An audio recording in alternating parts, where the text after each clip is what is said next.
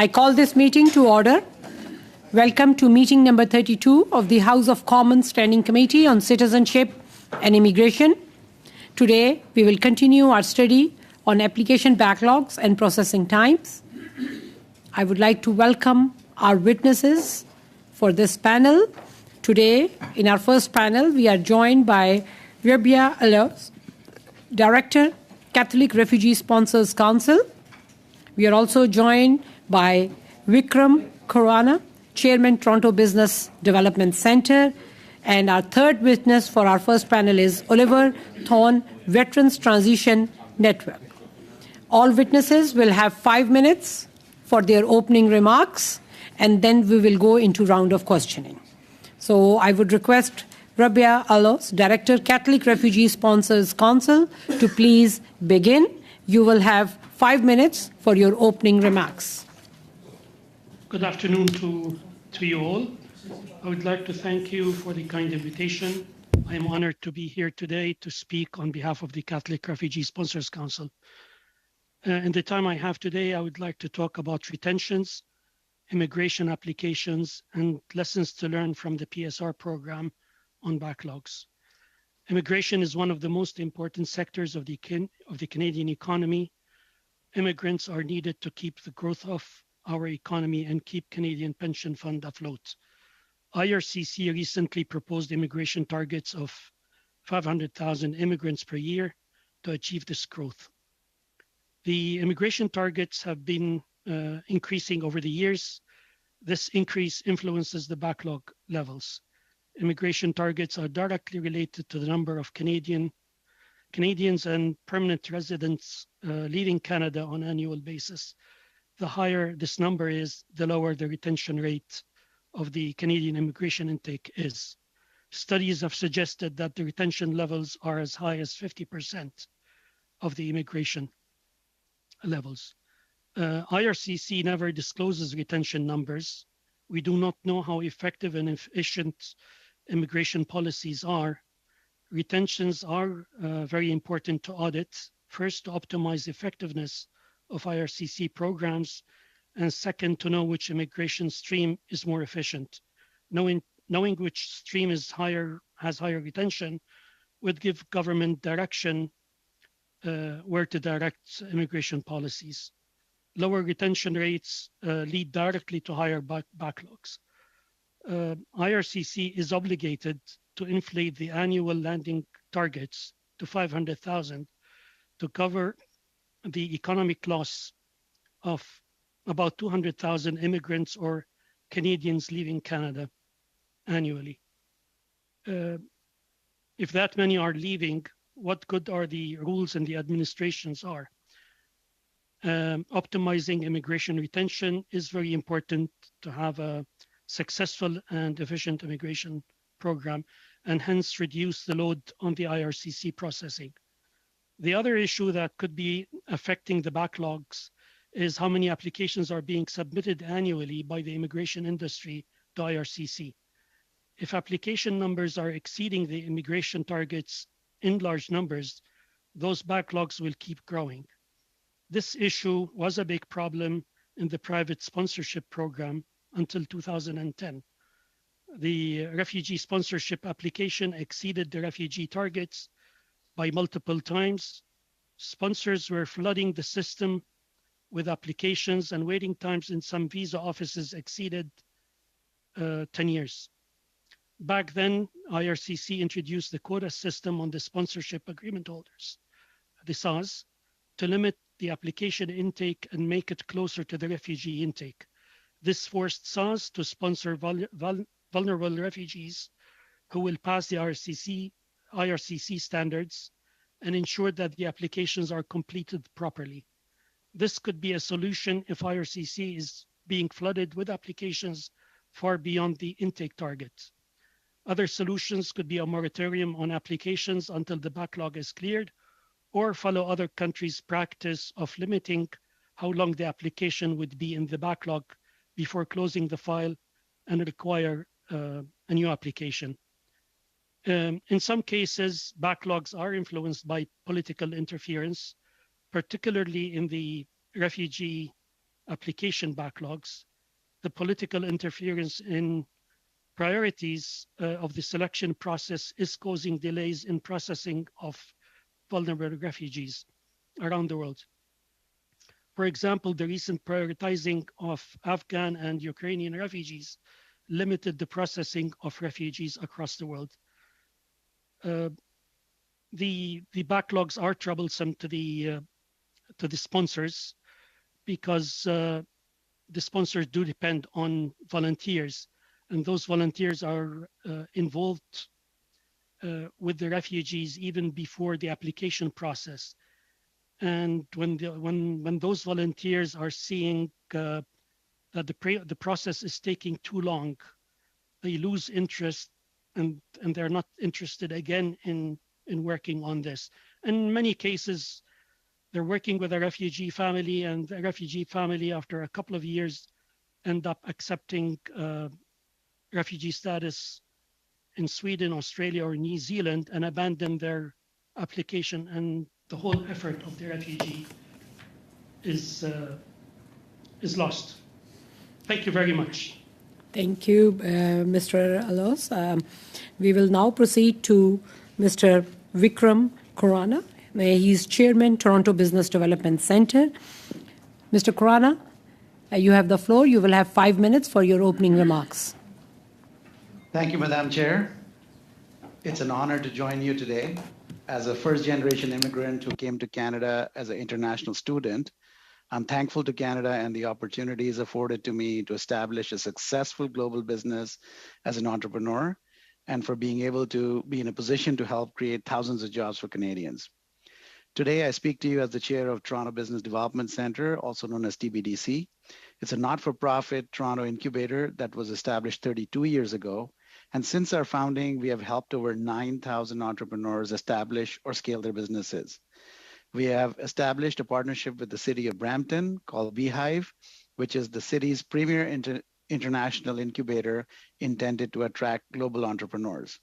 We've also been chosen by the Government of Ontario to help promote, recruit, and matchmake 100 immigrant entrepreneurs with economic opportunities throughout Ontario under the Ontario Immigrant Nominee Program. As someone who believes in the potential of newcomer entrepreneurs, I want to use this time to speak to the challenges facing our economic immigration program and zero in on the Startup Visa program. Also known as the SUV program or the Startup Visa program, the objectives of the Startup Visa program were to help international entrepreneurs with innovative or disruptive business ideas come to Canada to establish and scale their startups in Canada. Through these startups, Canada would benefit from well-paying jobs, growing exports, and scaling rapidly companies. Canada was also the first country to establish this creative program and has indeed benefited from a number of successes in attracting international entrepreneurs to Canada and has demonstratively contributed to creating jobs, exports, and growing our ecosystem in Canada. The program does have challenges due to the current backlogs. It has been severely impacted by the COVID-19 pandemic, and permanent residency applications under the SUV program, which as per the IRCC website is currently at 31 months, while it was intended to be around 12 months, is a big backlog. Many applicants have applied for work permits now, but the processing is longer than even a year for some of the countries, and many quality applicants are being refused. To put this in simple perspective, if the future Shopify founder is a South American or Indian or Nigerian and are waiting for multiple years to come to Canada, how long could we realistically expect them to wait before they go somewhere else? There are now 5,000 applications in the queue for the SUV program, and there are many designated entities that have a lower standard of care when approving nomination, which adds to the waiting times for legitimate entrepreneurs nominated by entities that exercise a higher degree of care in the nomination. Those founders who arrived on work permits have been waiting years for permanent residency and have had to renew their work permits in order to continue their business and operations in Canada. This was not the intent. The remaining are still in the bottleneck. Many of these founders have raised their concerns of leaving the program entirely due to the lengthy process with no light foreseeable at the end of the tunnel. So I have a few recommendations. Firstly, under the minister's authorities, IRCC should establish a SWAT team to tackle a percentage of the growing backlog by a set date. For example, 50% SUV applicants by December 2022. To bring down the startup visa program backlog, IRCC can implement strategies, check if applicants are adhering to arrive in Canada due to the spirit of the legislation.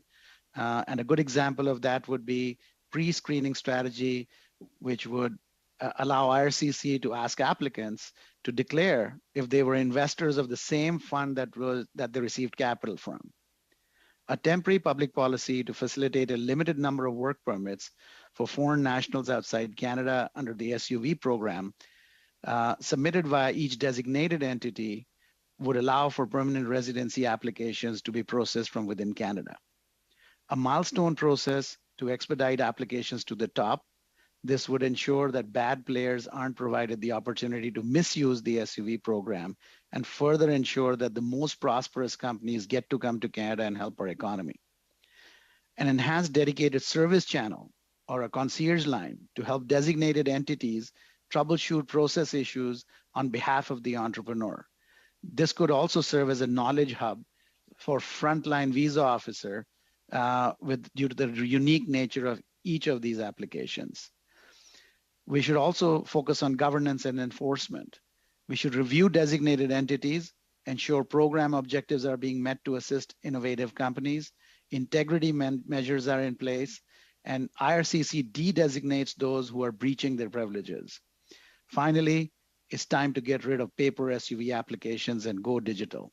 We must process electronically. In closing, Madam Chair, and the esteemed members of this committee, I do not need to underscore the value of immigration to our pandemic recovery and future economic growth. We need transparency and accountability immediately. It is a failure of our public-facing institutions to provide little or no information to our future Canadians or to partners of governments who stand ready to help. If we speak with a newcomer in a queue, it is not always the length of waiting that is harmful. It is often the lack of information and roadmap that is more frustrating. We all recognize the hard work of staff during sorry for interrupting, Mr. Khurana. Your time is up. You will get an opportunity to talk further when we go into our round of questioning. We will now proceed to Mr. Oliver Thorne, representing Veterans Transition Network. Mr. Thorne, the floor is yours. You will have 5 minutes for your opening remarks. Thank you very much, Madam Chair. And thank you for the opportunity to be here and speak today. My name is Oliver Thorne. I currently serve as the Executive Director of the Veterans Transition Network, which is a registered Canadian charity headquartered here in Vancouver, which operates counseling programs for Canadian Forces veterans across the country. We have been pursuing that mission for 10 years.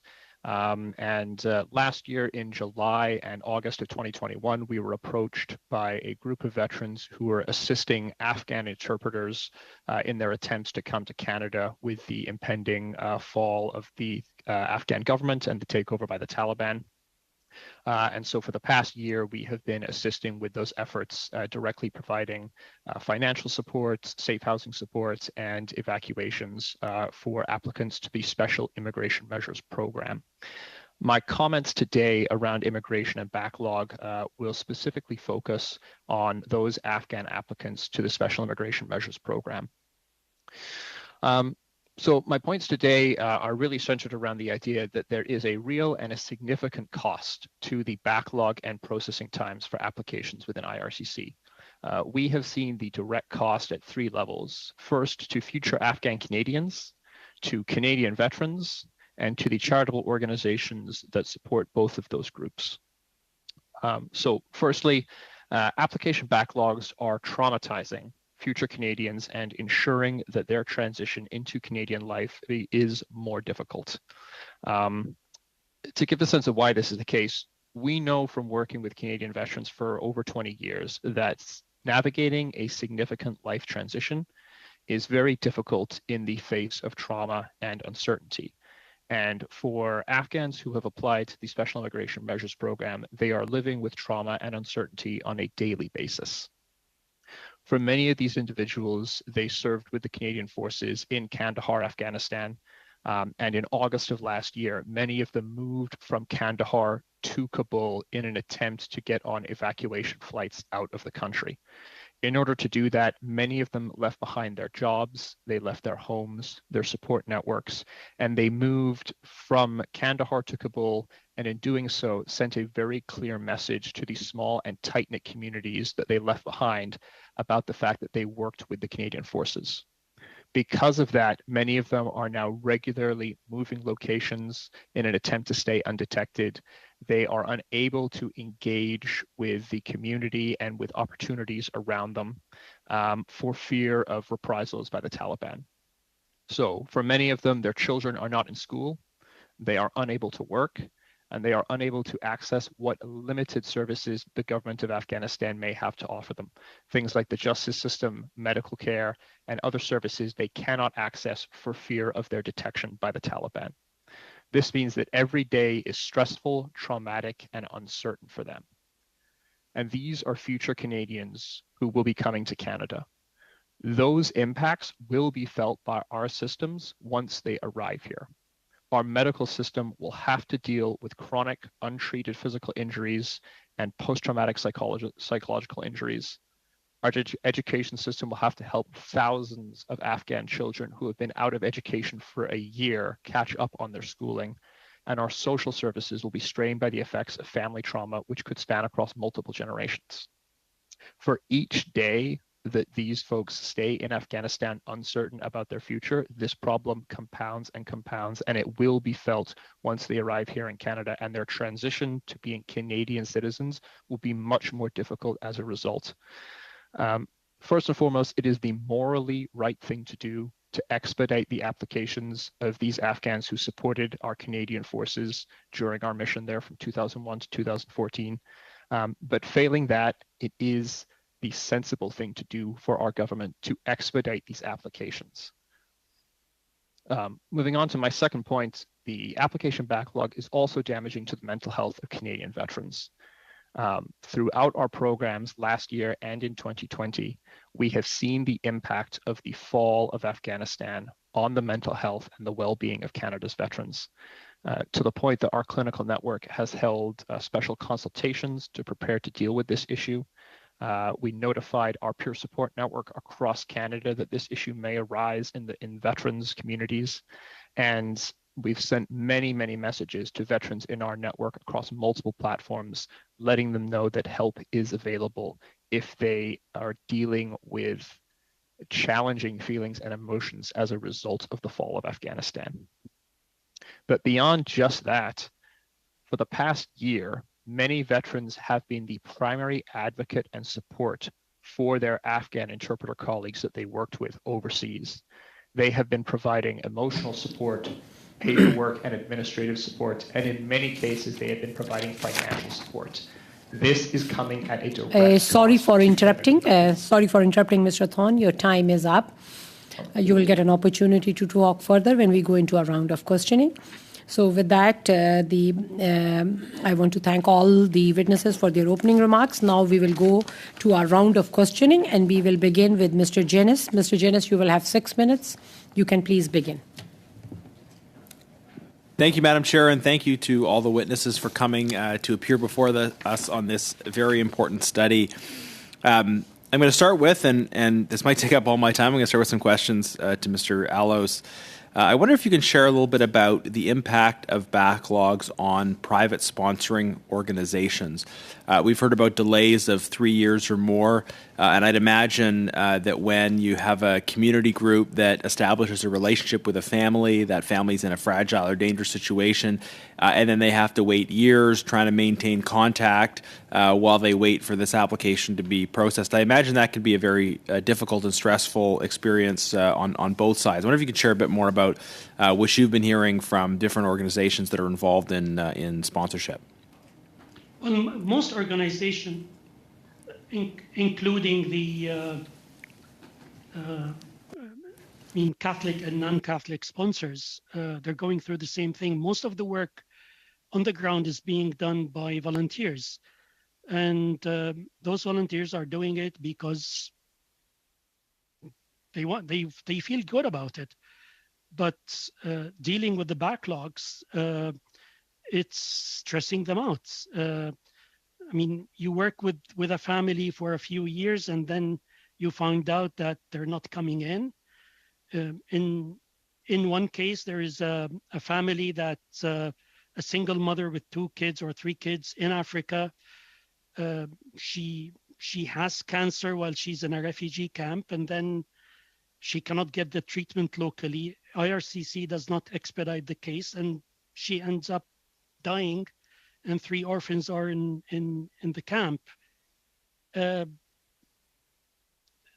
volunteers, they just can't deal with it anymore, and eventually they leave. And the less refugees, the less volunteers you have, you cannot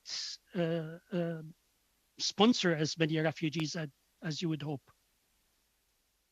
Yeah, so just to put a really fine point on that, because I think that's a very crucial point. That is it fair to say that you're seeing declining engagement from volunteers that potentially would be involved in the area of sponsoring refugees, driven by frustration at dealing with the delays and the bureaucratic nature of the process that they're coming up against as volunteers that are trying to help but that are encountering roadblocks from the government in the process?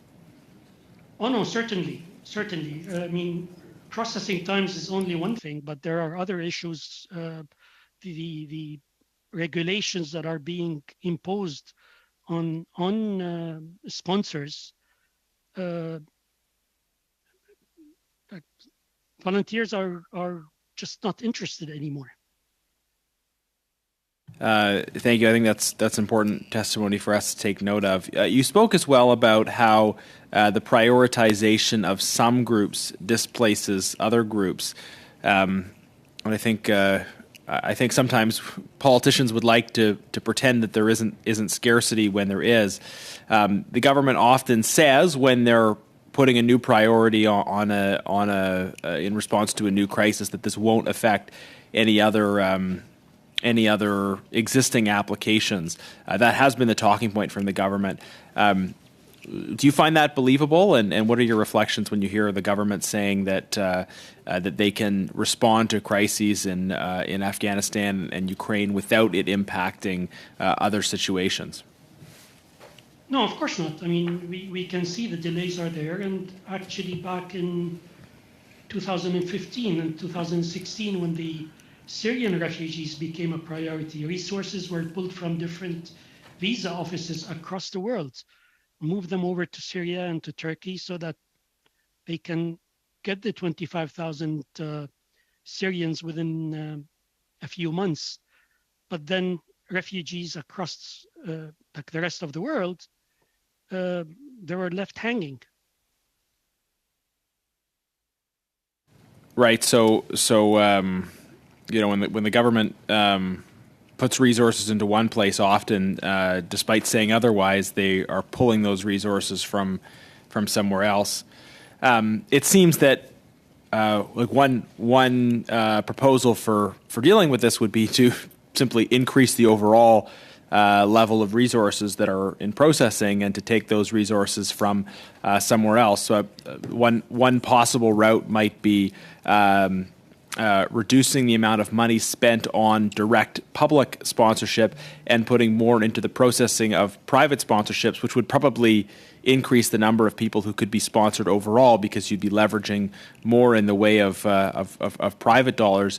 Another proposal that Conservatives had put forward in the last election was that we allow people to pay a little bit extra for expedited processing just to put more money into the system for expanded processing. What are your thoughts on measures to increase the amount of resources that are available for processing? Well, from the past, whenever you increase resources, you're gonna load the system again. It's better to optimize our system, we need to, there are about 200 to 250,000 Canadians or permanent residents who are leaving Canada on an annual basis. So sorry for interrupting. Time is up for Mr. Jenis.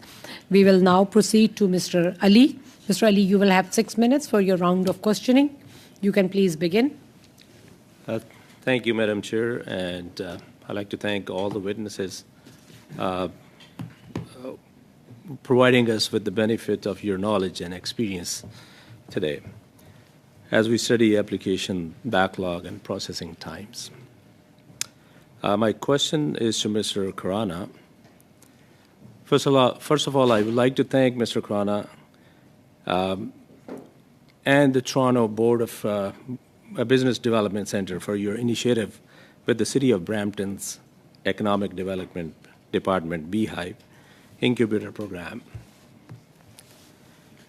Using our government's startup visa program, you're helping newcomer entrepreneurs to grow and scale in the Canadian ecosystem.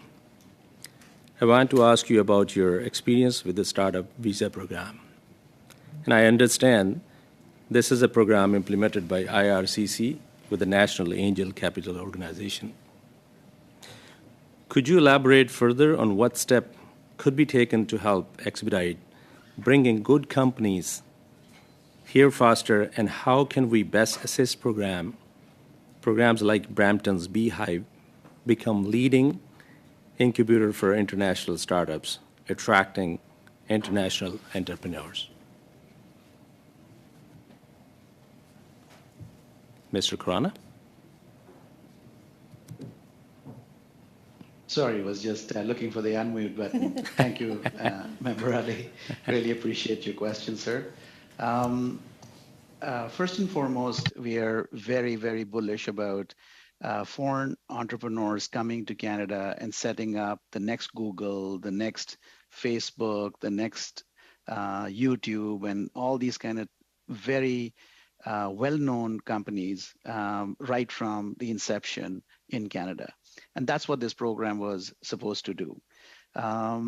So since this is a program that supports job creation, economic activity, and a number of fringe benefits to the economy, this should be addressed as a priority stream.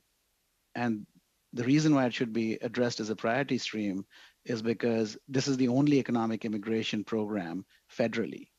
And the prior version of the owner-operator program was sunset by RCC. So quite a few of the applications have ended up into the startup visa program, which was originally intended to bring innovative and disruptive companies to Canada. You know, some of the steps obviously are that NACO, the National Angel Capital Organization, should help IRCC weed out the bad actors and de-designate incubators or angel organizations or VCs that are using this program as an immigration program. The second step we could do is ask the designated entities, which are their top companies, which are the companies that they feel will be able to make a quick impact and a positive impact in Canada and have a high potential of succeeding. And then finally, even if permanent residence applications cannot be processed on a priority basis, perhaps the work permits can be done on a priority basis. And this will help people come to Canada and immediately start, as opposed to waiting for first the work permit and then the PR. We think these are some quick fixes to the problem of the backlogs. Thank you, Mr. Khurana. You just mentioned some bad actors. And you also mentioned earlier that there's a 5,000 applications and waiting time is about 32 a month. Can you elaborate further on bad actors? And also, do you think this could be a reason taking more time in order to for IRCC to verify those actors if they are genuine applications? Could you elaborate on that, please? Thank you for that question. That definitely is the case. The program originally, when it was in its pilot stage, only had 500 spots. And since the time that the owner-operator program was sunset, many of the applicants, because of the lack of clarity on what a startup actually means, have been shuffled into this category, which has resulted in the 5,000 applications.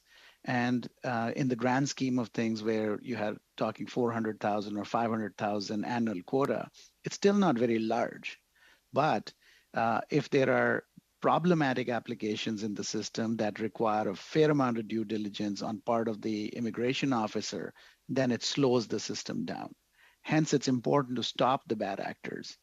And these bad actors can be two types. One are applicants that are lying and maybe don't have an innovative or disruptive business, and maybe they just want to come to Canada, or some of the designated entities that are using their relationship and privilege with IRCC to facilitate such bad actors by embellishing their business plans and by issuing letters of support, which basically means nomination, to individuals who don't deserve and don't have the right skills or the right money or the right supports in place to be able to make a successful business in Canada. So those are some of the things that can be done. Sorry for interrupting, Mr. Khurana. Your time is up for Mr. Ali. We will now proceed to Mr. Brunel Decep. Mr. Brunel Decep, you will have 6 minutes. You can please begin. Well, thank you so much, Madam Chair. Firstly, I would like to thank our witnesses today. They took the time to be with us for this very important study, and we hope that'll change the lives of many people who do want to have permits, be it permanent or not. Firstly, Mr. Alas, you said it wasn't easy to deal with the IRCC, and what I've been hearing for a while now, since I've been sitting on this committee, we're being told that there is not much transparency at IRCC, be it the processing times that were to be given to people during the pandemic or the Chinook system. Do you think there's a lack of transparency at IRCC, and if so, what would be the solution so that we have more transparency?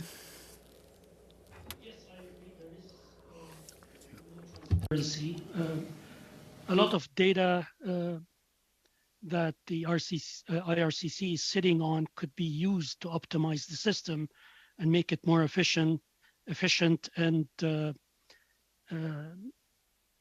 increase the efficiency of the process. So I believe setting up a parliamentary immigration office similar to the budget office in Parliament, an independent body that will oversee IRCC, have full access to their numbers, be able to mine the data of IRCC, and be able to go and ask questions and get answers.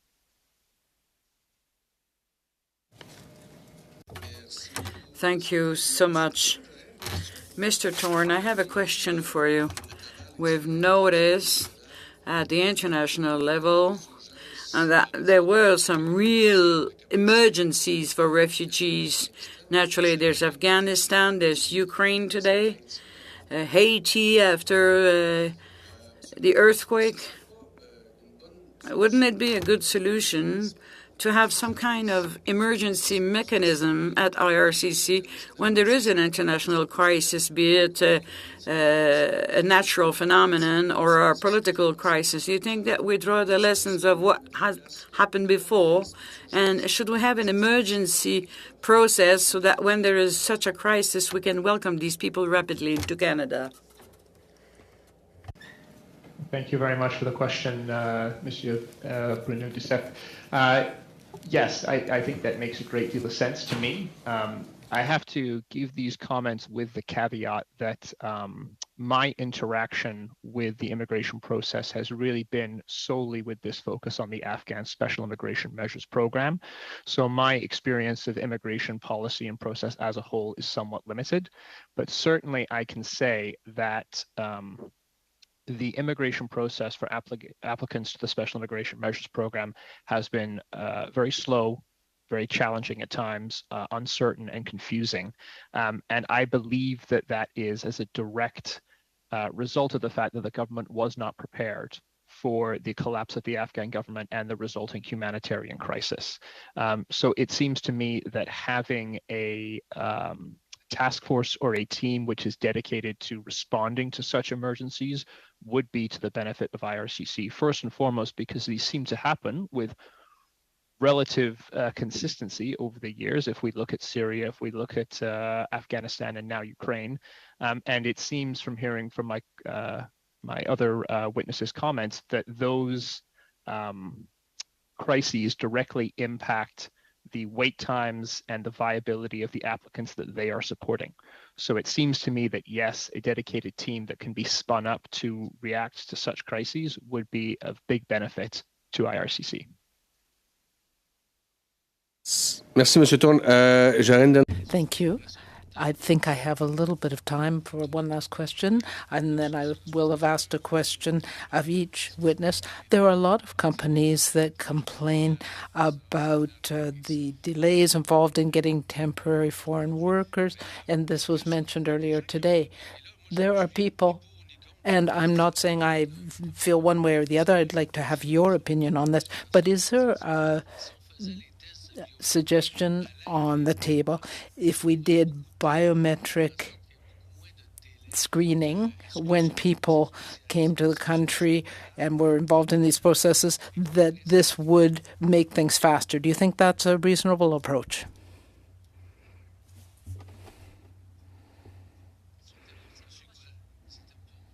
That was for Mr. Kurana. Thank you, Member. The biometrics are already in place, and today when a person applies either for a work permit or for a permanent residence, there are biometrics that are taking place, which actually have become a little bit of a problem in themselves, because now the applicant has to go to a third party to get those taken. Having said that, the other tangible methods that I talked about earlier, such as expediting the work permit, provide that temporary relief that IRCC could offer to the system in order to get people creating employment and moving to the country and getting set up in their businesses in Canada. Mr. Brunel. I'll just end with a very quick question to Mr. Alos. Given your experience, do you feel that the numbers, the wait times that are listed in the IRCC website are realistic? Proceed to Ms. Kwan. Ms. Kwan, you will have 6 minutes for your round of questioning. You can please begin. Thanks very much, Madam Chair, and thank you to all the witnesses for their presentations. I'd like to just actually follow up on the question around special immigration measures. And of course, there are crises that go on, and I actually support a dedicated team to deal with special situations so that it doesn't impact other immigration streams. Now, with that being said, that's a staffing resource question, but the other component to that that is absolutely critical would be the immigration levels numbers, without which every time the government adds a new stream, if they don't put in increase immigration levels numbers to go with that stream, it does nothing. It actually creates chaos in the system. And so to that point, first to Mr. Thorne, would you also then support the call for the government to increase immigration levels numbers as a companion piece for special measures? Again, I would focus my response to that specifically around those for the Special Immigration Measures Program. And I think we've seen recently in the news that there is announced that the cap has been reached on the Special Immigration Measures Program. We know from veterans and from Afghan interpreters that we're speaking with that there are still interpreters and locally employed civilians who have not received an invitation to apply. They've expressed interest. Some have not yet received an invitation. Perhaps some have received an invitation and they've applied, but they have not received a confirmation. And I think from our perspective as an organization supporting veterans and supporting these folks, it is unthinkable that we would not create a space for every Afghan who worked alongside a Canadian Forces member in Afghanistan. Their work and their knowledge helped our mission, and it saved Canadian lives, and at great risk to themselves and their families. And without it, our mission would have been impossible. So if the answer to that question is raising the immigration numbers, then yes, I would support that. Thank you very much. You answered that beautifully, and I absolutely agree with you. I'd like to ask the same question to Mr. Allos as well, because you also mentioned the issue around levels numbers. If whatever immigration measure it is, it could even be in the economic stream for that matter, and the government brings in these measures, for it to actually work, we need to ensure the immigration levels numbers is available to accommodate it. So would you also, would you say that is an essential component to address the processing of applications and to address the critical issue of backlogs? Absolutely, and like for the case of the Afghani interpreters, I believe the government should have negotiated with friendly countries like UAE or Kuwait and move the interpreters to a safe country, process their applications before bringing them over here. Keeping them in Afghanistan was a big mistake. So for each situation, there are solutions that the government can look at, and the government should be flexible on it. Thank you very much. We've seen the government from time to time, the minister would make an announcement to say we're addressing the backlog and we're putting resources here, and starting, this certain day, we're going to get back to processing standards. Now, of course, when they do that, they're forgetting about the backlog that existed before, and all those people who did not apply at the date when they say they were now going to abide by processing standards, to the point where some applicants, when they inquire about the status of their situation, the officers and the agents from IRCC actually advise them, abandon your application and make a new one, because under the new deadline, you'll be able to be processed within the timeline. Isn't this absurd? I mean, Jesus, talk about actually walking around in a circle and abandoning people. Should the government, if they're going to truly address the backlog, make sure that those who are in the backlog are also processed expeditiously, and then as well as the new ones that are coming on stream. Otherwise, the new ones will just become new backlogs, or alternatively, you're abandoning the old ones in order to make sure the new ones are met with a standard processing timeline. Mr. Allos, on that question. Yes, I absolutely agree. I mean, we need to know how many. I mean, we're accepting 500,000 refugees every year. How many applications are coming in? If we're getting 600 or 700,000, of course we're going to have backlogs. We need to control that. And back in 2011 or 2010, we used to have backlogs in Africa, in the Nairobi visa office, 8 years. 30,000 applications or 30,000 applicants were waiting, and most of them for 8 years. The government back then introduced the caps on the SARS and reduced the backlog to about a year and a half, in some cases 1 year for the refugees. So yes, the government has to deal with it. And to that point as well, shouldn't the government be completely transparent with what's going on? Because you can't just say that we're Oh, I just got a giant red stop sign in front of my face. I'll come back to you. Yeah, your time is up, Ms. Kwan. We will now proceed to our second round and start with Mr. Hallen. Mr. Hallen, you will have 4 minutes for your round of questioning. You can please begin. Thank you, Madam Chair, and thank you to all the witnesses. Thank you for all the work that you're doing to help people come here, especially the persecuted ones. My first question is to both Mr. Allos and Mr. Thorne. Just continuing on some of the questions that we've seen with the CIMM measures, a lot of bureaucratic measures, a lot of red tape involved in some of these programs. And we know that the longer the delay, this could cost lives, and it's a matter of life and death. In both of your experiences for your organizations, can you give some of those bureaucratic hurdles that you guys are facing and some solutions to those, so that in the meantime, while this horrific backlog is trying to be addressed by the government, what can be done to help speed up some of these special immigration measures and some of these programs on sponsorships? Well, the current guideline to fill the application for a refugee is 80 pages. So this is the guideline to fill the application. So certainly we need to make the process simpler. The application should be simpler. And of course, the more complicated the application is, it's going to take more time to process it. I do believe the whole system needs to be looked at again and changed to the better. Simplify it, basically.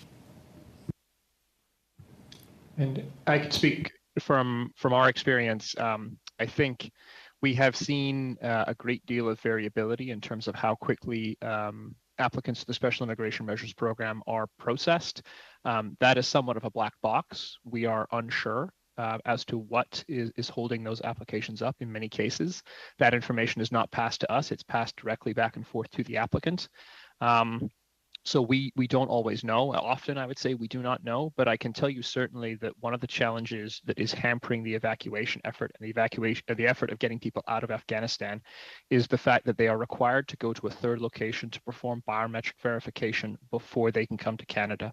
That means that they need to go to Pakistan, to UAE, to any neighboring country that is accessible, and that introduces the requirements for passports and visas in order to get into that country. Now we're talking about a family which may be applying, which may be 20 individuals. The going rate for a passport now in Afghanistan, according to what people are telling us, is anywhere between $1,000 and $2,000 US and $500 US for a Pakistan visa for your family of 20 people. So that is an enormous both administrative and financial burden, which is placed upon applicants and makes that process very difficult to get them out of Afghanistan for the final step of processing. In July and August, we saw a agreement that the Pakistan government put forth to allow a fixed period of border facilitation where individuals could cross without passports and without visas. IRCC approached us to help move people through that facilitation agreement. We were hoping to move many people. In the end, it was 77 were the names that we received to move, which did get across the border by the cutoff. Mr. Thorne, thank you. Sorry to cut you off. I wanted to ask you one more thing because we only have about 30 seconds. And I wanted to get your thoughts on, you were at the Special Committee of Afghanistan and many recommendations were passed in there. Could you please give this committee, out of those recommendations, the ones that should be on priorities, that they could help the people in Afghanistan and any other sponsorships? What can do to speed them up? I think first and foremost, ensuring that anybody served with the Canadian Forces is offered a place and offered an application to come to Canada. Second, anything that Canadian government can continue to do to facilitate movement to third country locations like Pakistan, UAE, will help tremendously. Sorry for interrupting. Time is up for Mr. Hallen, and we will now proceed to Mr. Al-Khouri. Mr. Al-Khouri, you will have 4 minutes. Thank you, Mr. Chair, and welcome to our witness. My first question addressed to Mr. Allos. Mr. Allos, with all the respect, I totally disagree what you said in your presentation, and I quote here when you said that Syrian have better treatment than other when other left hanging. I believe here you have some lack of understanding what happened in every country in each situation. And I explained to you, for Syrian issue, they have no problem, no obstacle to leave Syria either to Lebanon or to Jordan, no problem to get a travel document. They were registered in United Nations. Well, the opposite is true in Afghanistan. In Afghanistan, with the presence of Taliban, it was completely dangerous for life of everyone who wants to cross. If he is going or he was cooperating with the Canadian Army. Second, if he crossed to Pakistan, in order to leave Pakistan, if he doesn't have travel document, passport or other, he was not allowed to leave. So those things, I believe, if you take into consideration, you must change your opinion. Going to Ukraine, I believe we did a great job. And for your information, this coming week, we have another 2 planes coming full of Ukrainian. We will welcome them nicely here in Canada. So I would like to hear from you after you hearing me, and what are your ideas that you are going to propose for a future amelioration in this particular case. Thank you. Oh, thank you, sir. No, I think you misunderstood me. I wasn't complaining about Syrian coming over here or getting a special treatment. What I was saying is when we had to bring in the 25,000 refugees from Syria, visa offices across the world where like their resources were moved over to the Middle East to process those applications, and those visa offices, some of them were closed completely. So other refugees were not getting, or even applicants were not getting processed. I am not saying in any way that Syrian refugees should not be sponsored. I didn't say that is not being done. No problem. My second question is addressed to Mr. Kurana. Mr. Kurana, je vais vous poser la question en français. I'll ask my question in French. How do you see the current scarcity of workers when it comes to application processing? Do you have a solution for that?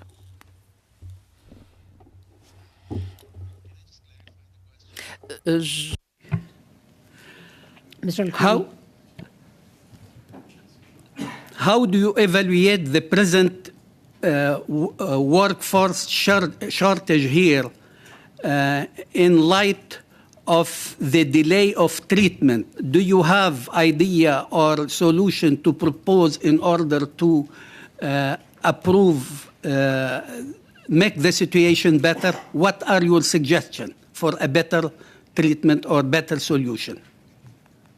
I will answer based on my knowledge of IRCC and labor shortages. The solution is to create a pilot project or a set number of spots, which would be, let's say, 5,000. And a past example is with the Canadian Labour Congress, there was a fixed number of spots that were allocated to tradespeople and to skilled trades to come to Canada. And similarly can be done for healthcare, given the current shortages with nurses and doctors. And those kind of categories can then be used to expedite what is in the national interest of Canada. Thank you. Thank you, Mr. Kurana. Time is up for Mr. Al-Khouri. We will now proceed to Mr. Brunel Decep for 2 minutes. Mr. Brunel Decep, you will have 2 minutes. You can please begin. Thank you, Madam Chair. Mr. Thorne, I completely disagree. Mr. Thorne, I have a question for you. From your experience, do you think that the backlogs increase when there is a humanitarian crisis? We were talking about what kind of mechanism could be set up, but when we have a crisis like Afghanistan and Ukraine, I imagine that people are sent from IRCC to work on those issues, and then that slows everything else down. I think that 15 to 25% of IRCC officers were working on the Afghan issue at one point, for example. What is your opinion? Thank you very much for the question. Again, I can only answer with my knowledge specifically about the Special Immigration Measures Program. That is the only interaction that my organization has had with IRCC to date, is our involvement in this special project to assist Afghan interpreters. But yes, I believe that IRCC was and continues to struggle with insufficient resources to cover the backlog of applications and the additional flow of applications that came in from the Special Immigration Measures Program. We've been in touch with IRCC for a year now. We communicate with them on a regular basis. We know that they're working hard. We're receiving messages from them after hours. We know that they are working at their limit, but it does seem to me that there are insufficient staffing resources to cover this influx of applications. Rapidement, Monsieur Thorne, est-ce que vous pensez que le gouvernement fédéral... Quickly, do you think that the federal government will reach its target of 40,000 Afghans in Canada? I think that we will reach that target. I think the question is, when will we reach that target? I spoke earlier in my statement about the cost to the Afghans, the cost to Canadian veterans, and the cost to organizations supporting them with every day that these individuals remain in Afghanistan. They are living in uncertainty. They are living in a state of trauma that will make their transition more difficult. Sorry for interrupting, Mr. Thorne. Time is up for Mr. Brunel. And we will now end our panel with 2 minutes with Ms. Kwan. Ms. Kwan, you will have 2 minutes. You can please begin. Thank you, Madam Chair. From all the witnesses, what I'm hearing from you is that there is little transparency within IRCC, and in fact, there's little accountability within IRCC. The only way to really get at it is an independent office to look into this. So and my question is to all three witnesses, would you support the call for a independent ombudsperson on immigration so that we can ensure accountability and transparency within IRCC, and even perhaps make recommendations on how to enhance immigration policies in Canada? Yes, absolutely. Mr. Thorne? Yes, I would be supportive. I think insofar that it does not further hamper the efforts of IRCC to do their job and process these applications. As I think, certainly for the folks that we are helping, that is where the rubber meets the road. So yes, I would be supportive in a review that would provide helpful recommendations, provided that it does not hamper their efforts. Mr. Corena? Yes, I would be supportive, and definitely I think there's merit to that suggestion. Thank you. My final question would be this. If you had an opportunity to say to the government to address the backlog, what is your number one priority that they need to take action on? I'll start with Mr. Allos.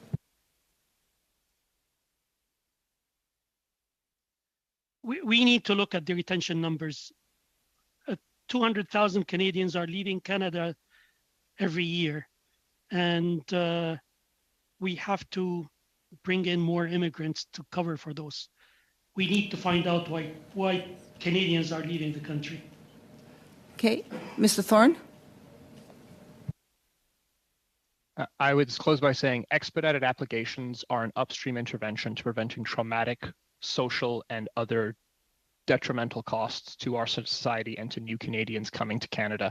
So I implore the government to provide IRCC with the resources that it needs to expedite these applications as much as possible. Thank you. Can we just quickly let Mr. Corena answer that question, Madam Point Chair? of order, Ms. Chair, please. Time is up, Ms. Kwan, for you. Yes, Yes, just for the record, I mix up very small mistake. I would like to correct it for the record. I said 2 planes from Ukraine, in reality from Afghanistan. 2 planes from Afghanistan, not from Ukraine. Thank you. this panel comes to an end. Mr. Corona, you were trying to say something? Yes, just very quickly add that we need to modernize our processing systems, and that'll help the backlogs as well.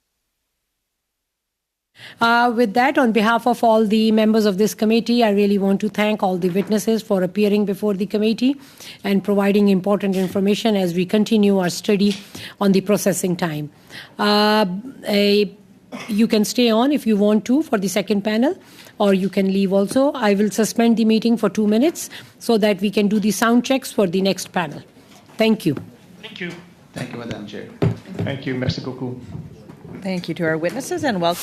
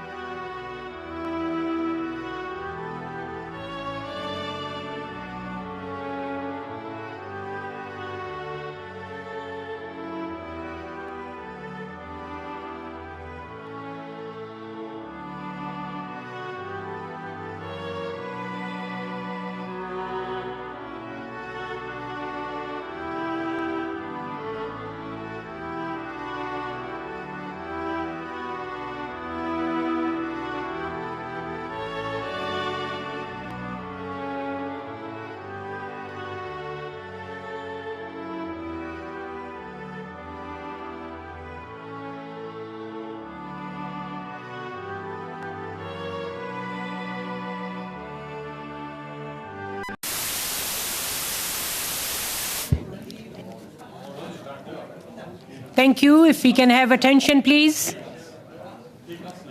Excuse me. Can we just have the attention so that we can... Before we begin our second panel, I just want to ask for two motions from the members.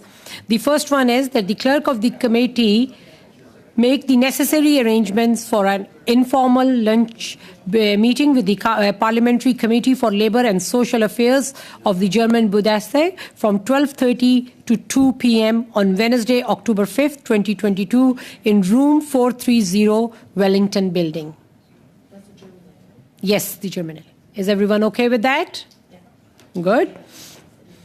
Adopted. Then the second motion is that the clerk of the committee be authorized to purchase an appropriate gift to be presented to the visiting delegation. Are we good with that? Yeah. Okay. All in favor? Good. Okay. So now we can begin our second panel. I would like to welcome our witnesses for this panel. Today in this panel, we are joined by Adrian Foster, Vice President, Policy and Public Affairs, representing Hotel Association of Canada. We are also joined by Claire Launay, President, La Quebec Say No Uzi. The third witness for today's panel is Dr. Janet Beglan Pritchard, Coordinator, Migration Office, Roman Catholic Diocese of Saskatoon. On behalf of all the members, I would like to welcome you all. You will have 5 minutes for your opening remarks, and then we will go into a round of questioning. So we will begin with Madame Foster. Madame Foster, you will have 5 minutes for your opening remarks. You can please begin. Floor is yours. Thank you, Madame Chair. Merci pour l'invitation d'être ici avec vous aujourd'hui. My name is Adrian Foster, and I'm the Vice President of Policy and Public Affairs with the Hotel Association of Canada. Hotels are critical to the Canadian economy. More than just keystones of the tourism sector, hotel event spaces are the heart of many communities. Many people assume hotels are owned by the major international brands we are all familiar with. In fact, these hotels are mostly owned and operated by Canadian small and medium-sized businesses, many of which are family-run.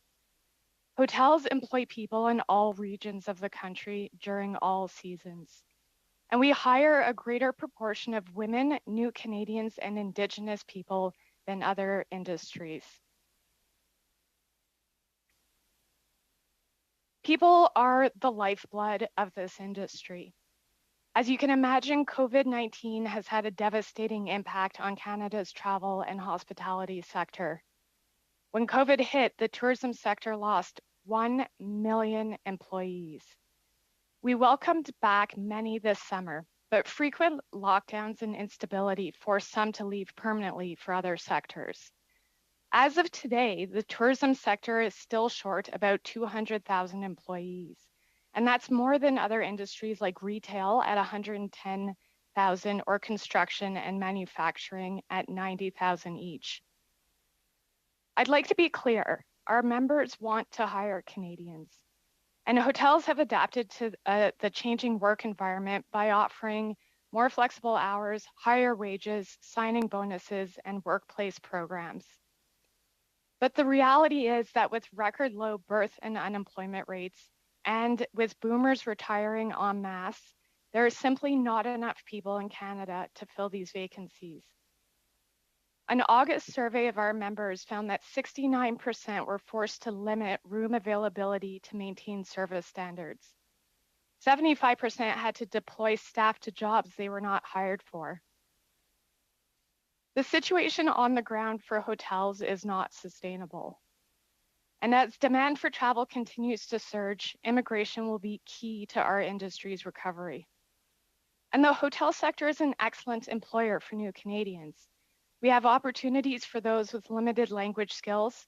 We offer training and support and positions at all levels. Our core message is that Canada's immigration system must be reformed to reflect actual labor challenges. We will provide the clerk with a detailed submission. So today I'll focus just on 2 key recommendations. First, we need to open Canada's permanent immigration stream to those who can fill in-demand occupations in our industry. We recommend the government include tourism workers in their express entry criteria for permanent residency, just as they're planning to do for agricultural workers. The criteria could be based on measures like previous work experience in Canada, so either as a TFW or international student, or an offer of employment for a tourism job. The government can also raise immigration levels and target key regions and sectors by working with provinces to expand the in-demand occupation streams in their provincial nominee programs. Second, while we don't want to rely on temporary solutions, we know changes to the immigration system will take time. And in the meantime, we are recommending reforms to the temporary foreign worker program. We thank the government for improvements such as extending LMIAs and increasing caps for TFWs. But red tape and slow response times continue to discourage many from even applying. Perhaps more concerning is the low rate of success for our applications. From our members' survey, 44% of those that applied for TFWs haven't had a single application approved since January. We recommend that tourism jobs are prioritized within the TFW program, and this can be done by expediting tourism sector NOCs, removing the LMIA requirement and application fee, and waiving the 30-day job posting requirement. Madam Chair, travel has resumed with a vengeance, and this is the perfect opportunity for our sector to get back on its feet and thrive. We just need the people to help us get there. Thank you very much. Thank you, Ms. Foster. Exactly on time. We will now proceed to Ms. Lone. She is here personally. So, Ms. Lone, you will have 5 minutes for your opening remarks. You can please begin.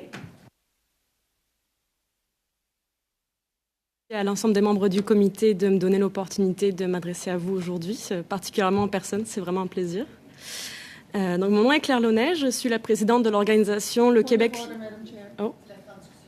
Sorry. Okay. There we go. Can you hear me now? The interpretation is working now. So I'm here as the president of the organization Le Québec, c'est nous aussi. And this is a non-government organization that advocates for immigrants and newcomers. We want to promote the status of immigrants. We want to talk about backlogs and slow processing times.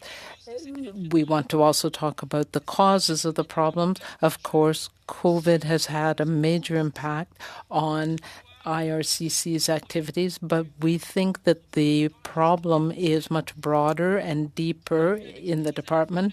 We saw with both Afghanistan and Ukraine and those crises that there is a crisis management approach.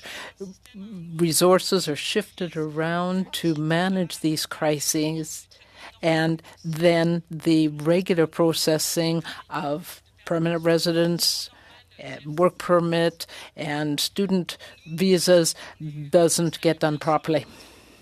We know that the Government of Canada wants to welcome a lot of refugees for humanitarian reasons, but this should not be done to the detriment of those that are regular applicants.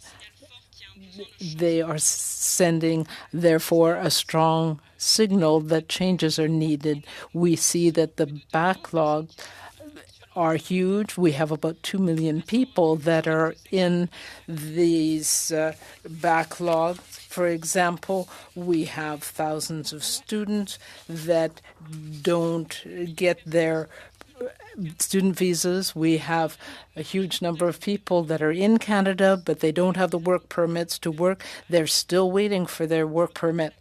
And then there are employers that can't give contracts and hire people because people don't have these work permits. And when it comes to asylum seekers. The delays are major there as well. It takes a long time to have the documents they need. This is their brown papers. They wait months to get this, and it means they can't do anything and get the services they need. There are families that are separated.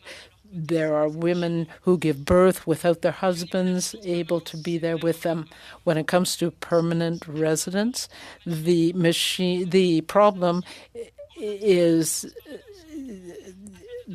as bad. And there are people that are waiting for work permits, and then that takes them longer because they're waiting for their permanent residency application to go forward. Over the past few months, we have had conferences. We know that the participants weren't able to get to conferences in Canada because they couldn't get their visa. So we've got a huge issue and very broad. And I will finish with my recommendations. I will be sending more information, but at least this gives you an idea of our recommendations. The government needs to invest in, it needs to speed up processing. It needs to have more transparency. It needs to avoid shifting resources around. And generally speaking, we have a number of ideas for more transparency and accountability for IRCC because this is what we are hearing. There is a real lack of transparency, and many witnesses have mentioned this. We need a clear and explicit publication of the guidelines for IRCC officers. We need to have an ombudsman.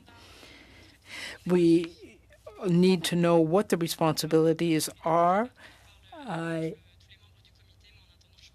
will be happy to answer any questions, and thank you for this opportunity. Your opening remarks. We will now proceed to Madame Beglan Pritchard, Coordinator Migration Office, Roman Catholic Diocese of Saskatoon. You can please begin. Floor is yours. You will have 5 minutes for your opening remarks. Thank you, Madam Chair. Just to say that I speak as a lay employee of the Roman Catholic Diocese. I'm competent to talk about our past and present practices in refugee resettlement, but my opinions are mine alone and do not represent the policies of the Roman Catholic Diocese of Saskatoon. I've been involved with refugee resettlement in some way or another as a volunteer since the 1990s, but professionally since 2017. IRCC, I think, is to be commended for the progress that it has made in improving the PSR application process. Bear in mind that the refugee caseload for them has quadrupled since 2014. And we saw good changes prior to COVID. We saw email submission of applications with immediate auto-confirmation of receipt, the development of the refugee sponsorship training program, the creation of the ECAS system, which allows sponsors to check online about a case's progress. And wait times, processing times were coming down nicely. And then came COVID and everything, as you know, changed. And then I was pleasantly surprised that IRCC kept the doors open for new refugee applications all the way through 2020 and 2021. And then arrivals began to happen, and then came Afghanistan, and then came Ukraine. As a result of all three crises, the improvements in processing times which had been made were, of course, damaged and reversed. Sponsorship agreement holders have not been allowed to submit any new PSR applications this year before May. That puts pressure on our whole system and increases wait times for the refugees in our queues. Once again, it is taking months, not weeks, for Rocco Ottawa to do their initial processing on new applications. Lots of uncertainty there. We really missed the mission-specific reports, which gave current information about conditions and average processing times for each visa office. And it continues to be hard to get timely decisions on less straightforward applications, such as those involving de facto dependents and one-year windows. There are some bright spots, though. Some overseas visa offices seem to be working very hard to clear their backlog of older stuck cases. The record for us is somebody that started out in 2013, and she will be with us by the 7th of October. Communication with ROCO is now often coming with an officer identifier. That sounds small, but it's big because it means that we can be sure that our communications are getting to the right person rather than a faceless inbox. And IRCC staff have become more responsive to the SA community, and senior staff seem more willing to intervene when we hit a brick wall. Well, how can the system be improved and processing times improved? I mean, everybody hates the backlog. My first point is that we need to scrap the judicial review system. This is causing endless problems. Just lost my notes. The judicial review process doesn't work well. It only responds to procedure. It ties up applications for years and is very expensive. And all you get if you win is another trip back to the same visa office. I would like to see it replaced with a proper appeal system, streamlined and effective, to get over the heartache that is caused to so many families by being bogged down in judicial review forever. My other suggestions are that the increased staffing levels, which are already functioning at ROCO, need to be continued, maybe for some years to come, in order to cope with all the people who want to be processed. There needs to be an increase in both the numbers and staffing of overseas visa offices, particularly in Africa, where the highest demand is and where the most crises happen. And finally, we need to roll out the promised digital application system, which would greatly improve the cybersecurity of our application process. Thank you. Thank you. And we will now proceed to our round of questioning. And we will begin with our first round with Mr. Reddycop. Mr. Reddycop, you will have 6 minutes for your round of questioning. You can please begin. Thank you, Madam Chair. Dr. Biglin-Pritchard, thanks for all the good work that you're doing in Saskatoon with the Roman Catholic Diocese. We've worked on some cases together, and I know that you've developed a great working relationship with my staff, with Daniel, Lisa, Jared, and Carol, and so that's a great thing. Now, you spoke to my staff about an Iranian Christian woman and her child that were stuck in refugee limbo in Turkey as she keeps getting rejected by the IRCC. This is after 9 years of indentured slavery by her father to the Iranian Revolutionary Guard and finally being raped before she could escape to Turkey. More generally, we know that minority Christians throughout certain parts of the world are persecuted and live under threat every day. And unfortunately, the Liberals under Trudeau have made their disdain for Christians pretty clear and have basically put up the do not enter sign if you are one. So for private refugee sponsorship, which is what you specialize in, can you tell us, committee, what barriers that you see are in place preventing minority Christians from getting fair hearings and getting refugee status in Canada? I think that refugee minorities, religious minorities, often face barriers right at the beginning. They're not maybe even allowed to register with UNHCR because of pressures within the countries of asylum that they've gone to. I think of the Hazara in Afghanistan. I think of the Pakistani Ahmadis and Ismailis, as well as the many, many Christians in Pakistan and other places who face barriers. The barriers come in all kinds of ways. They're at the start of the process. Occasionally, we have rumors of interpreters who are maybe not accurately representing what their clients are saying to the visa officer. And certainly at the Singapore visa office, it appears that we have a substantially higher rejection rate for Pakistani Christians than we do for other immigration refugee streams. However, it's very hard to pin down. That's as much as I think I can say at the moment. A couple of my Christian cases are actually bogged down over what I consider to be pretty minor inadmissibility issues because of small connections with groups that are considered to be terrorist. This is something which needs addressing. I think sometimes Canada uses a sledgehammer to crack a nut. But what we do want, of course, is that Canada needs to do its due diligence. That's security is very important. But sometimes it seems to me it's the small fish that get caught in our net and the big fish swim free. Madam Chair, just based on that, I think that I just would like to make a notice of motion, and as follows, that the Standing Committee on Citizenship and Immigration report the following to the House, that the committee condemns the persecution of minority Christians in all countries and urges the Canadian government to provide assistance wherever possible to facilitate immigration of such individuals and families into Canada. And we'll distribute the French version of that as well, just to put that on notice. You also mentioned about some systemic problems with immigration and backlogs. And when the minister was here a while ago, he talked about, we asked him about backlogs, and he didn't talk about that. He talked about inventory, business as usual inventory. So in your opinion, what other systemic changes need to be made at the department to clear the ever-growing backlog?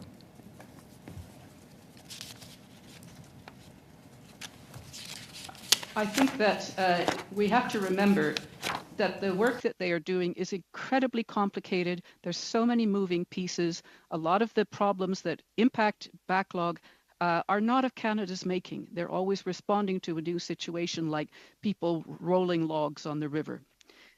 So I've already said what I think would help. But I don't have any grand solutions. Increased staffing levels, yes. I love the idea of having an ombudsperson who can sort of deal with very difficult cases. I've mentioned that reform the judicial review process, and the digital application process should help. Okay, that's good. Thank you. I'd like to switch over to Madam Foster with the hotels. I know that temporary foreign workers are key to your sector. Last November, the RCC told me that the average wait times for all categories of TFWs, and when we're looking at hoteliers, clerks, housekeepers, et cetera, these are sort of the back-end jobs at the hotel, the wait time stretched many months, which can be a whole tourist season in your industry. Can you tell me if the situation for temporary foreign workers has improved, or has it become worse in the last 12 months? Thank you very much. And you do raise an important point. For us, temporary foreign workers really is that short-term solution for this major labor crunch that we're facing. And indeed, the wait times are definitely months. I referenced a survey that we recently did with our members, and we found that we asked, because we knew the backlog was long, so we asked them how many applications they had processed since or approved since January, and 45% of them had zero applications approved. So that gives you kind of a sense of the timelines that we're facing. The point about the seasonality. Important one. Sorry for interrupting, Ms. Foster. Time is up for Mr. Reddycop, and we will now proceed to Ms. Lalonde. Ms. Lalonde, you will have 6 minutes for your round of questioning. You can please begin. Bien, merci beaucoup, Madame la Présidente. Et j'aime. Thank you so much, Madam Chair. I would like to thank all our witnesses here today. And to start with, I would like to speak with Mrs. Launay from Quebec, c'est nous aussi. Mrs. Launay, given what we've heard, the level of immigration has a role to play, an important role to play on the delays. The federal government must respect the permanent residency request for Quebec. What would be the ideal levels of immigration in order to improve backlogs in different immigration streams in Quebec?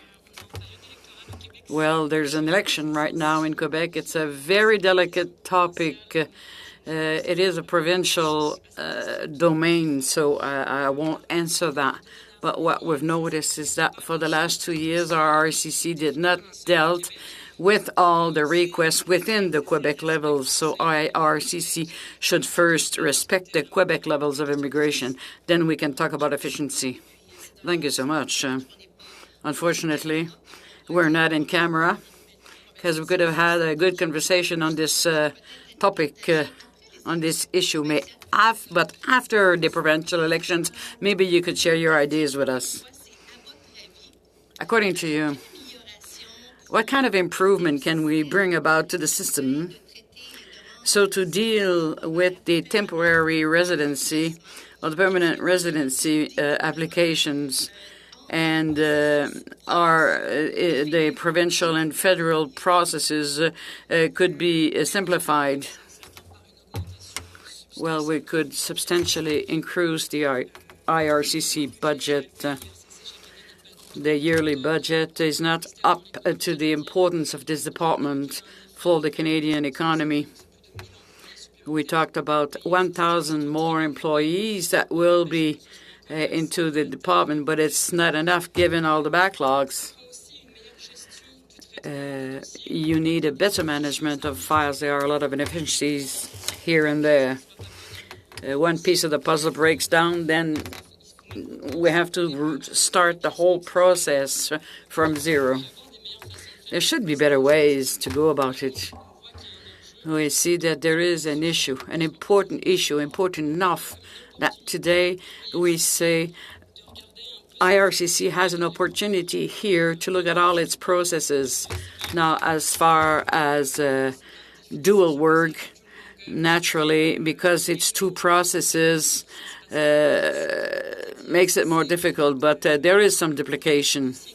But once the file is at IRCC, this is where the backlog is.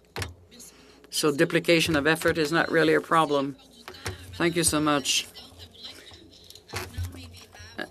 Mrs. Foster, from the Hotel Association of Canada, I thank you for everything that you're doing, and I know how challenging your sector has been. I was wondering if you heard about the proposal being put forward for some region and industries about what we call the Trusted Employers designation or program, wherein certain business owners would have fewer requirements to bring in foreign workers. And how would such a program possibly help you and impact your industry? Merci pour la question. Thanks for the question. The Trusted Employers proposal, and it is one that our industry would support wholeheartedly. The hotel sector is an excellent employer. We are incredibly proud of how we treat our employees, and you know, every single one of our members would be very willing participants in a program like that. So definitely something that we're interested in. And again, on the temporary foreign workers, a lot of our hotels apply year after year. So having anything that expedites that process would definitely be helpful. But on the temporary foreign worker program, we also do need to have some special attention paid to the tourism NOC codes as the applications are coming in, so that they get expedited. That's another important piece of the puzzle. Thank you very much. Just to let you know, I do have, as you were reflecting on the hotel and the ownership, in my community of Orléans, I do have a family-owned small hotel. And certainly Orléans, we challenge ourselves for many years not to have hotel and in our region. So I certainly appreciate the efforts that industry, and you're absolutely right? We're looking at, I think, what I'm hearing from your part is a temporary foreign worker as a short-term measures. You did reflect that you found that the 44% of your surveys were not successful. Do you think that working in collaboration with your industry and helping the Trusted Employers designation would help possibilities for your sector? So yes, Maybe quick, 10 seconds. Quickly, yes. So it would absolutely be helpful. And the complexity of the applications is another issue that our members are facing. So again, the expedited. Maybe we can go in further when we come back. Now we will proceed to Mr. Brunel de Sepp. You will have 6 minutes for your round of questioning. You can please begin. Merci, Madame la Présidente. Merci à tous les témoins qui sont. Thank you, Madam Chair, and thank you to all of the witnesses. This is a very important issue. I have a number of questions for Ms. Loney. I want to congratulate you and your organization with all that you do with few resources. And associated with that, what are the greatest challenges for your type of organization? When you're dealing with IRCC, what are the challenges for a small organization?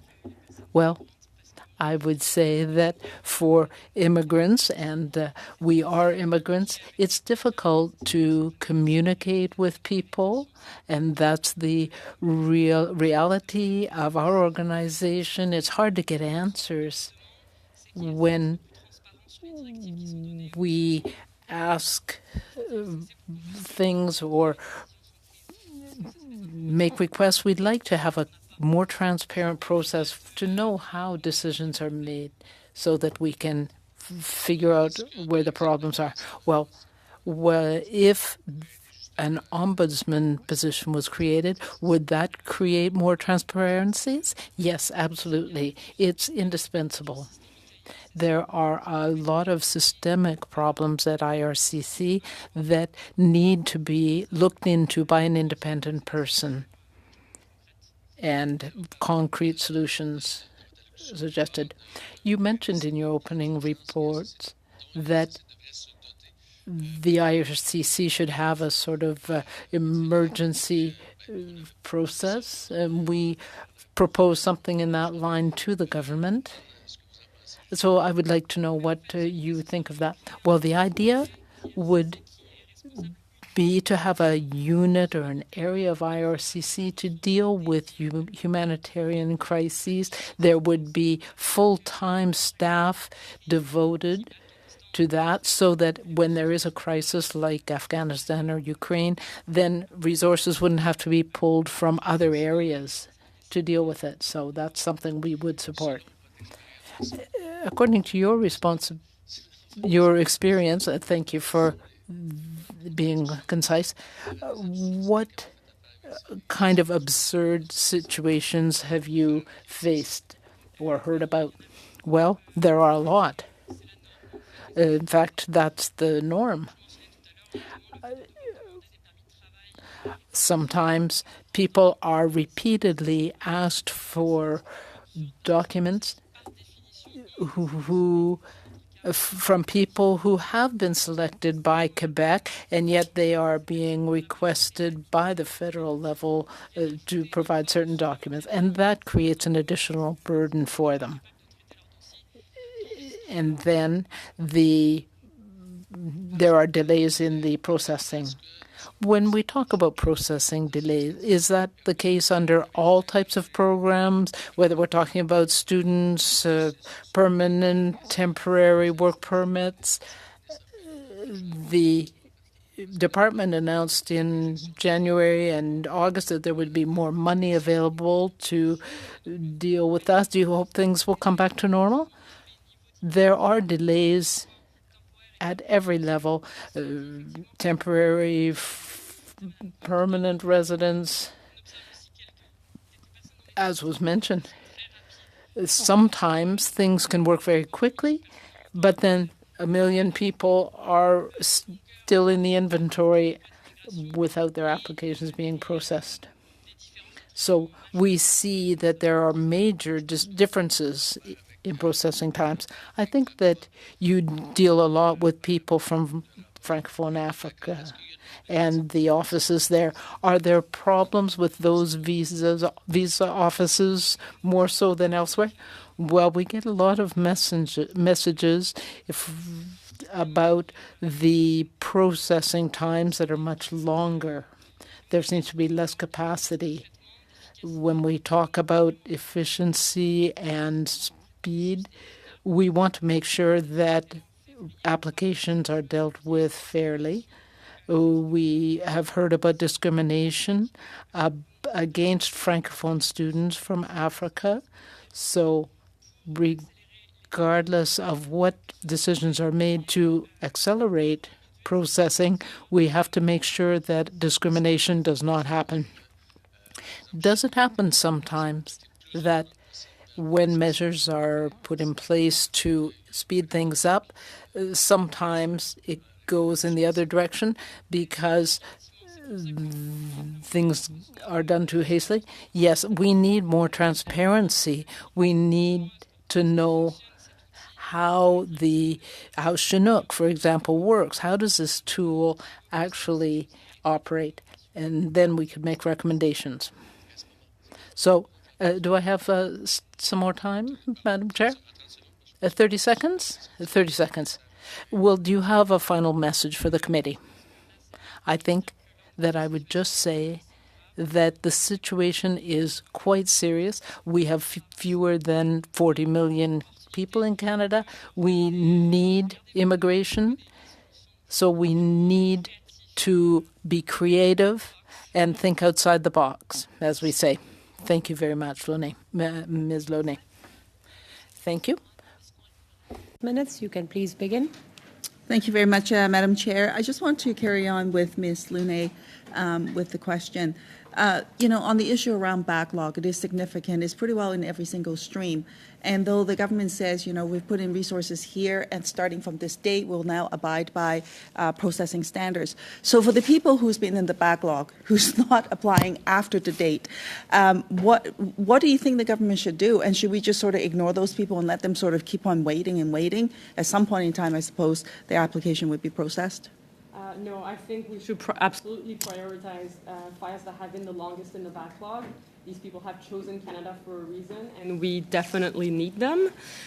So we need to address those files first. And we were talking about absurdities earlier. That's one of them, right? Like if you have to submit your file several times over to have a chance to almost get picked out by the lottery of the backlog, that's not a system that works.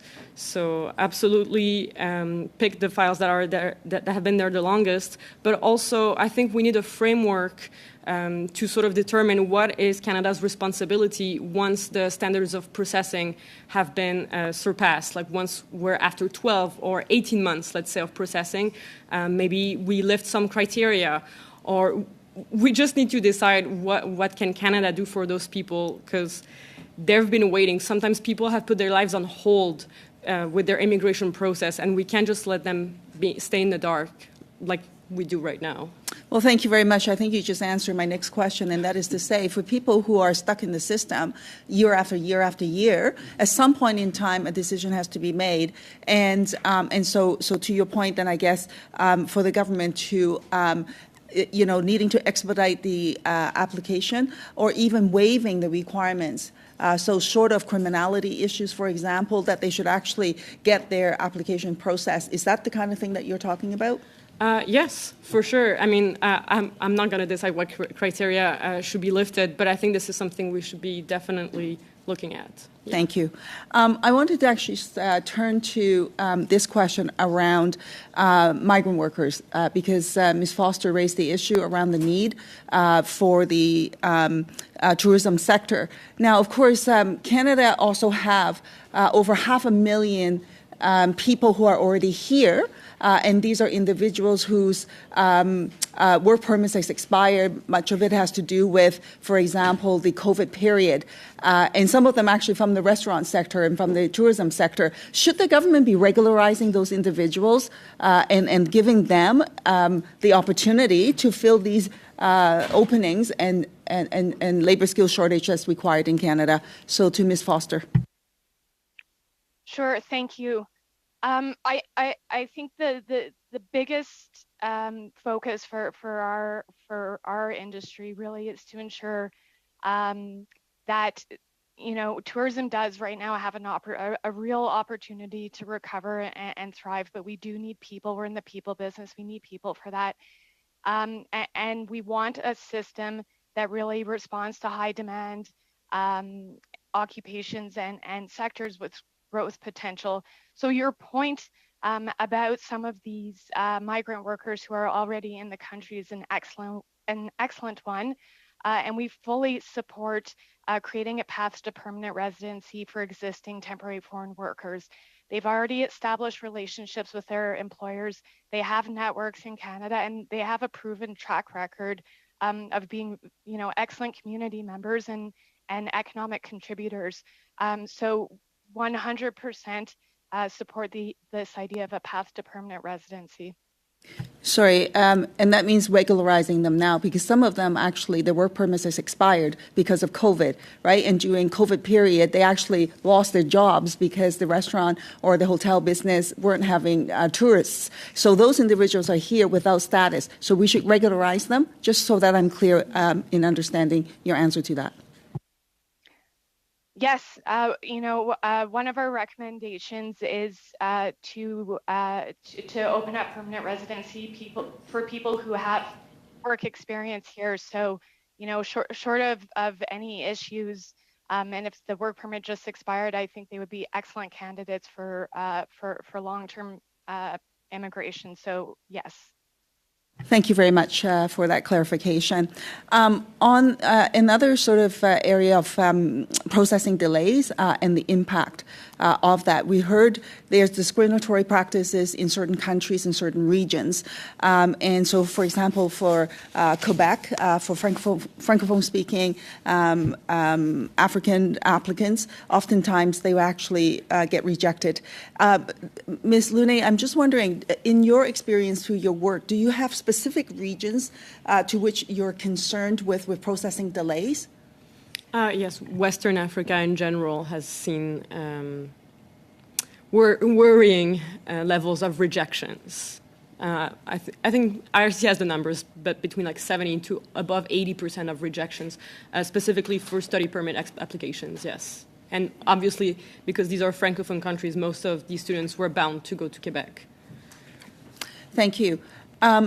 So to address that issue and these kind of specific regional issues, although I could name other countries too, what is your recommendation then for the government to address that situation specifically for Quebec?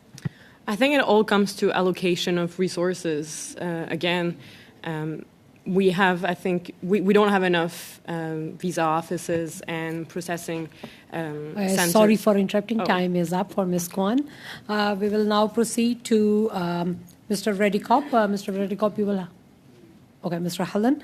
Mr. Hallen, you will have 4 minutes. You can please begin. Thank you, Madam Chair. My first question is for Ms. Launay.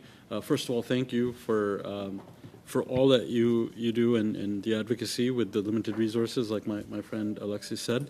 We were talking about systemic challenges, and we saw over the summer a number of conferences and events, and we saw that the negative effect that these liberal-made immigration backlogs had on some of those conferences, like the one in Toronto, where visas weren't approved. There was African elite runners at the Ottawa Marathon, didn't make it here, a Nigerian pop star. Even the AIDS conference in Montreal, we saw these images of stages that were empty, all due to backlogs that were created by the government that haven't been worked on. And in most cases, these were racialized people applicants, and in some cases, they were applied for months in advance. And because of the bureaucratic mess, they weren't able to come here. So, you spoke of having faster processing, but fair processing. So what kind of changes do you think need to be made? And can you highlight some of the damage that's being done on a world stage when you see these conferences where racialized applicants are the ones that are being rejected? Thank you for your question.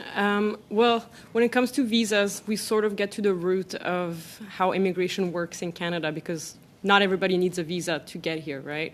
So the nature of who gets a visa, who needs a visa, and who doesn't is sort of bigger than I think what we're tackling today, and it affects disproportionately people of color, of course. When it comes to the impact that it has, it's been interesting for us to see just in our own networks. Every time, we're very active on social media and we post about all sorts of issues. But you're talking about the Nigerian pop star that was supposed to come to Nuit d'Afrique, that festival in Montreal. When we posted about that, our page exploded, and people notice abroad. And I think that that's maybe one point I want to get across today. People are watching. Canada is a destination for immigration for a lot of people, and they see very well what's happening. And when they see one of the biggest African pop stars being denied a visa, or experts on AIDS not being able to get to the conference, it sends a message that Canada is not a welcoming place for immigrants and for experts. And it's, I think it runs contrary to what Canada is trying to do. Let's just put it that way. Thank you very much. My next question is for Ms. Foster. Ms. Foster, just continuing on, like we've seen major labor shortages, but that's affecting the tourism industry. We've also seen a number of very divisive and unscientific policies by the government. For example, the ArriveCan app. Can you give some more examples of, I guess, red tape or bureaucracy that's getting in the way for the tourism industry to either survive or thrive? Sure. We were very happy to see those restrictions lifted. It's going to go a really long way for our industry to have a strong fall. That's generally a bit of a quieter season. So being able to have business events and international visitation come through is really important. International visitation to Canada is down 43%. So anything that we can do to help that is very welcome. And really the biggest red tape that our members are facing right now is with the temporary foreign worker program. With the labor shortages, we have general managers who are taking on other tasks, and they're doing food and beverage or front desk, and they simply don't have the time. Sorry for interrupting. Time is up for Mr. Hallan. We will now proceed to Ms. Kayabaga for 4 minutes. Ms. Kayabaga, you can please begin. Thank you, Madam Chair. Just a quick thank you to our witnesses for being here today. Madame Lenné, j'aimerais vous demander une question. I would like to ask a question of Ms. Launay. We've got the family reunification program that accounts for about 16%, and others and elsewhere it's 24%. Do you think that this difference means that there are fewer Quebec families that want reunification? I don't have the answer. I couldn't say. Why not? I just don't have the answer. Sorry. Do you think that family reunification should account for a higher quota? Because you did talk about it in your presentation, but you're talking about Quebec specifically. Do you think that family reunification, and you mentioned that, and it's a very good thing, do you think that that quota should be higher for Quebec? Well, if it brings faster processing times, yes.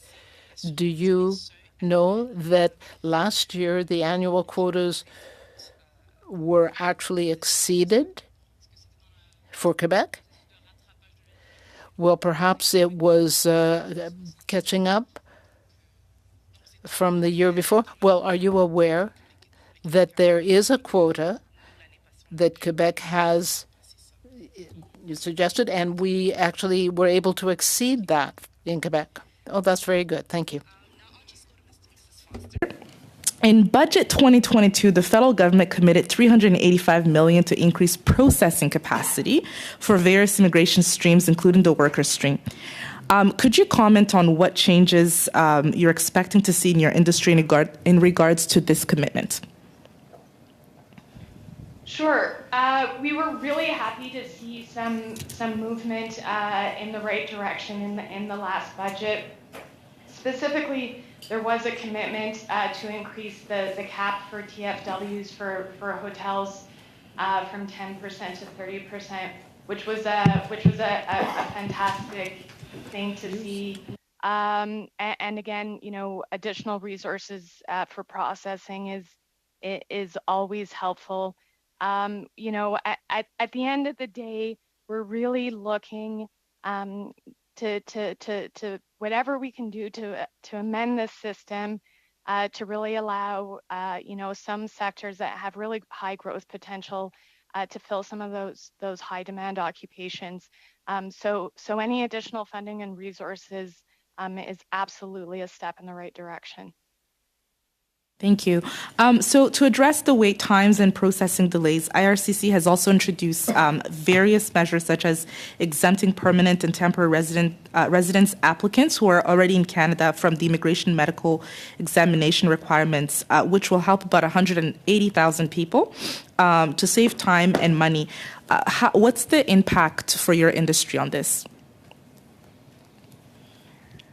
So, obviously a positive impact. I would suggest that we could go a step further, especially in the tourism sector, with lifting requirements for things like LMIAs and job postings. Those, our sector has such a major shortage that the LMIA process and job posting process are Sorry for interrupting. Time is up, Ms. Kabaga. We will now proceed to Mr. Brunel Desaep for 90 seconds, and then we will end with Ms. Kwan with 90 seconds. Mr. Brunel Desaep. We don't have much time, Ms. Loney. I'd like to hear you. You defend immigrants and refugees, and right now we have a situation where people have to go through Roxham Road instead of going through the regular entry points as they did before the safe third-party agreement. And there's a racket with people making money, a lot of money, on the back of these migrants. So do you think that the proposal by the Bloc and the NDP of suspending the safe third country agreement could help in the defense of those people? Yes, for us, the whole discussion around Roxham Road should make us discuss the safe third-party country. We think that this agreement must be re-examined or suspended. And you think this would solve the problem of criminals who take advantage of migrants? Well, it would be harder to have a business if you can go through the official entry points. I'm happy for you that you are saying that the Bloc and the NDP are right. Thank you. Vous avez encore 15 secondes. If you have something else to say, you can go ahead. I didn't have time to say it before, but I think there could be a budget allocated for exceptional treatment of backlog cases before making systemic changes. I'll end our panel with Ms. Kwan with 90 seconds. Ms. Kwan. Thank you. Speaking of backlogs and exceptional situations, there are situations where IRCC or individuals, applicants, would send in their application and they would have missed a signature, missed a document, and then IRCC sends the whole thing back and they have to restart the whole process all over again. Does that make sense to you? Or should the government actually do a better job on reaching the applicants, fix the missing document or that situation, and then continue to process the application? I think that's a perfect example of a dysfunctional system that is IRCC, which maybe it worked when the volume of applications was lower, but now with the volume that we have, those kind of back and forth just takes so much time. So yes, that does participate in the backlog. That creates more time, more trouble, more precarity for people who then see their current status expire, let's say. So that's why IRCC needs to sort of like take a look at its own practices and revise them. I don't think that's an impossible task. Yeah. I have a situation where people with post-grad work permits actually hanging in the balance. And because of that situation, they're now waiting for almost over a year to get their permit renewed. In the meantime, they have zero income and on the verge of homelessness. And of course, having to make a new application, IRCC have to go through the entire process right from the beginning. So I actually think none of that makes sense. So would you say to the government that they should stop with this nonsense and actually get on with doing it a proper job? Your time is up. With that, just a yes or no. I mean, I would give a bit more nuance, but generally, yes. Okay, thank you. You're more diplomatic than me.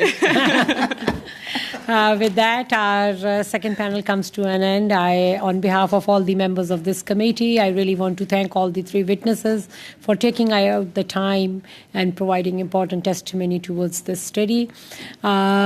If you think that you need to bring any issue further to the notice of all the members, you can always send in a written submission, and we will take into consideration as we come towards the consideration of the draft report. So with that, I would like to thank you again, and the meeting is adjourned. For the information of all the members, there is no meeting this Friday. We will be meeting this coming Tuesday. Thank you. The meeting is adjourned.